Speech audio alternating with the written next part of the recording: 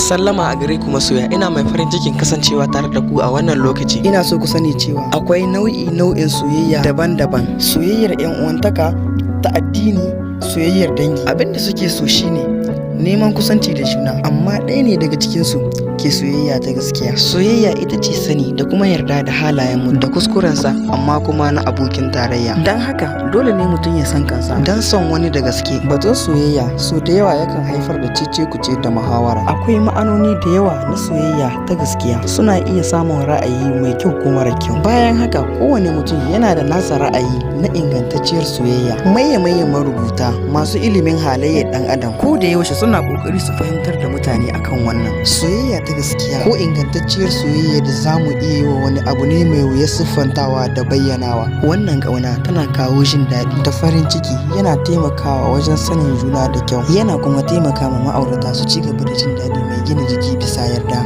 ga haƙiƙanin abokin tarayya.